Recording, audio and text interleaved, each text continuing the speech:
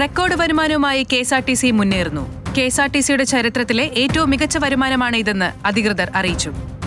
ജീവനക്കാരുടെ കൂട്ടായ പ്രവർത്തനമാണ് വിജയം കൈവരിക്കാൻ സഹായിച്ചതെന്ന് ഗതാഗത വകുപ്പിന്റെ ചുമതലയുള്ള എബി മാത്യു ഗ്ലോബൽ വിഷനെ അറിയിച്ചു. റെക്കോർഡ് കളക്ഷനുമായി KSRTC കുതിക്കുന്നു. കഴിഞ്ഞ 3 മാസമായി KSRTC ലാഭത്തിലേക്ക്. അവര് കൊള്ളാലോ.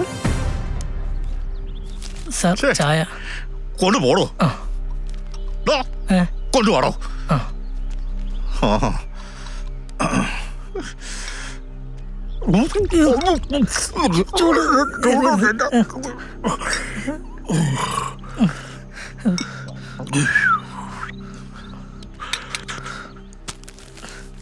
എന്ത് പാടോ ഇത്?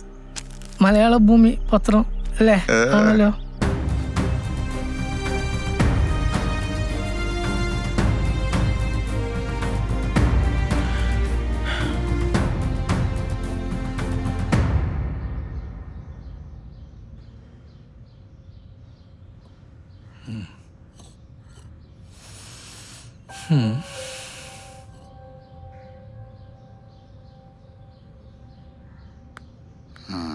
ബ്ലാക്ക് ആൻഡ് സുരക്ഷയുള്ള മന്ത്രി അറ്റാക്ക് വന്ന് മരിച്ച പോലെ.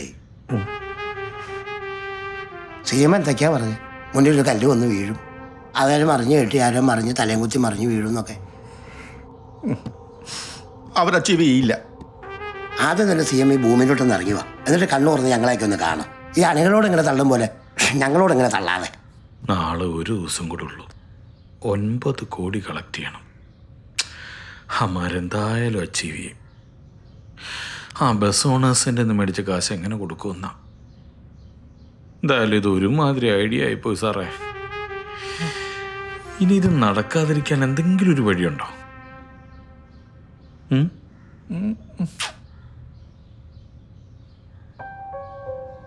ഒരൈഡിയ ഉണ്ട്.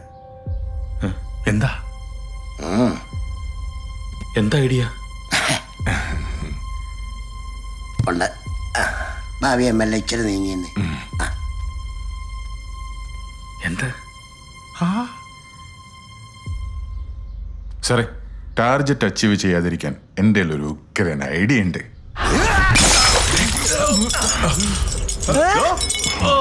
എങ്ങനെയുണ്ടല്ലേ ഐഡിയ? എന്തെങ്കിലും പറ്റുള്ളൂ.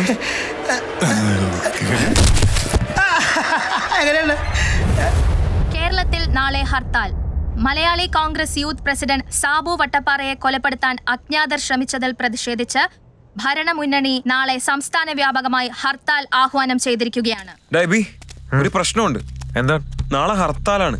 ഹർത്താലാ? ആ, ഇനി എങ്ങനെ വണ്ടികൾ ഇറക്കും, എങ്ങനെ ടാർഗറ്റ് അച്ചീവ് ചെയ്യും എനിക്കറിയില്ല. വണ്ടി ഇറക്കാത്ത ജനങ്ങൾ ഇറങ്ങൂലല്ലോ. ഇതിപ്പോ എന്തിന്റെ പേരെ കൊണ്ട് വെച്ചാൽ ഹർത്താലാ? ഈ മലയാളി കോൺഗ്രസിന്റെ യൂത്ത് പ്രസിഡന്റിനെ ആരോ ആക്രമിച്ചെന്ന്. എല്ലാ തവണത്തെ പോലെ പാലും പത്രം ഒഴിവാക്കിയിട്ടുണ്ട്. പിന്നെ ഇത്തവണത്തെ പ്രത്യേക സാഹചര്യം കണക്കിലെടുത്ത് KSRTC ഹർത്താലിൽ നിന്ന് ഒഴിവാക്കി തന്നിട്ടുണ്ട്. ഇതാവൊന്നുമല്ല, അവന്മാരെ നമുക്കിട്ട് വെച്ചേക്കണ പണിയാണ്. ഓരോരോ പ്രശ്നങ്ങൾ സോൾവ് ചെയ്യുമ്പോൾ പുതിയ ഓരോരോ പ്രശ്നങ്ങൾ വന്നുകൊണ്ടിരിക്കുക. എന്താ സാറിനൊന്ന് വിളിക്കട്ടെ. സാർ, ഞാൻ അറിഞ്ഞു. ഇനിയിപ്പോ എന്ത് ചെയ്യും സാർ? ടാർഗറ്റ് അച്ചീവ് ചെയ്യാതിരിക്കുക, അതാണ് അവരുടെ ലക്ഷ്യം. നാളെ ഇപ്പോ ഹർത്താലായതുകൊണ്ട് കോടതി എന്തെങ്കിലും ഒരു ഇളവ് കിട്ടും നമുക്ക്? നിലവിലുള്ള കേരളത്തിലെ സാഹചര്യത്തിൽ KSRTC ഓടിച്ച് ടാർഗറ്റ് അച്ചീവ് ചെയ്യാനല്ലേ കോടതി നിർദ്ദേശിച്ചത്. അപ്പൊ ടാർഗറ്റ് അച്ചീവ് ചെയ്താൽ മാത്രമേ കോടതിയിൽ പ്രയോജനമുള്ളൂ. മറിച്ചായാൽ കാര്യങ്ങൾ അവർക്ക് എളുപ്പമാവും. ഇനിയിപ്പോ എന്ത് ചെയ്യും സാർ? മോനെ എബി, നീ വായിച്ചിട്ടില്ലേ? ആദ്യം അവർ നിങ്ങളെ അവഗണിക്കും, പിന്നെ പുച്ഛിക്കും, പിന്നെ ആക്രമിക്കും. അതിനുശേഷമായിരിക്കും നിങ്ങളുടെ വിജയം. നീ ധൈര്യമായിരിക്കടാ. Okay sir.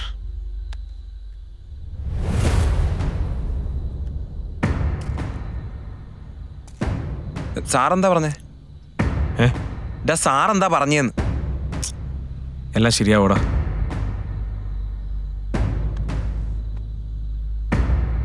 സാർ, നമ്മൾ ടെൻഷൻ അടിക്കണ്ട. സാധാരണ പണിമുടക്കും ഹർത്താലും ഒക്കെ നടക്കുമ്പോൾ KSRTCക്ക് നല്ല വരുമാനം ഉണ്ടാകാറുണ്ട്. അതെങ്ങനെയാ സാറേ? മറ്റു വാഹനങ്ങളൊന്നും ഓടുന്നില്ലല്ലോ സാറേ. അപ്പൊ റിസ്ക് എടുത്ത് അധികം വണ്ടി റോട്ടിൽ ഇറക്കിയ നമുക്ക് നമ്മുടെ ടാർഗറ്റ് അച്ചീവ് ചെയ്യാം. എന്തേ? അല്ല, ഇതൊക്കെ അറിഞ്ഞുകൊണ്ട് അവന്മാരുണ്ട് ഹർത്താലിടാൻ. അവന്മാരെന്താ മണ്ടന്മാരാണോ? ഇതൊക്കെ നടത്തി അവർക്ക് പരിചയം വേണ്ടേ?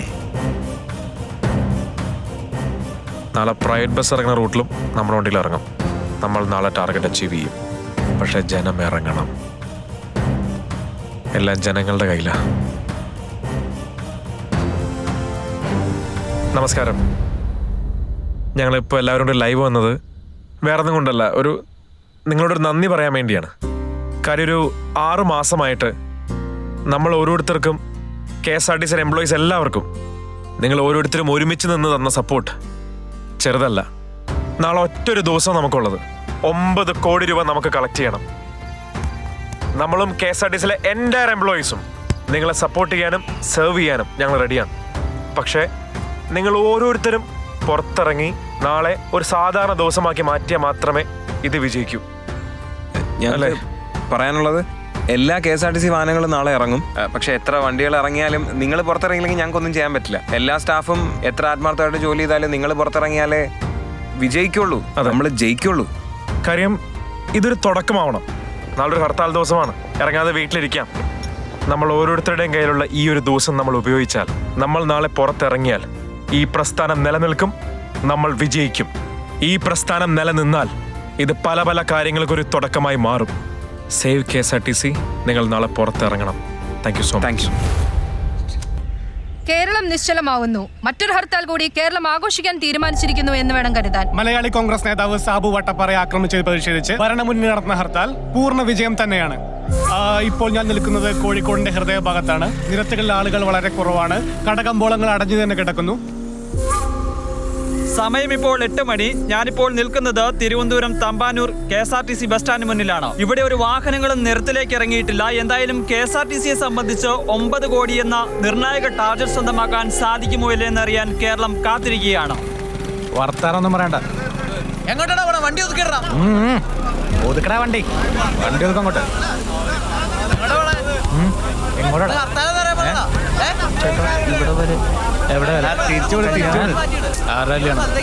വണ്ടി ഓഫ് ആക്കടാ.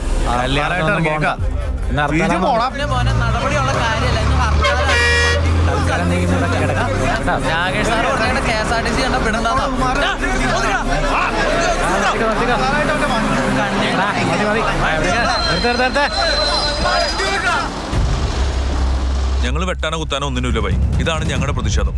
ആളുകൾ പുറത്തിറങ്ങി വന്ന് ഹർത്താലിനെതിരെ ശക്തമായി പ്രതികരിക്കും.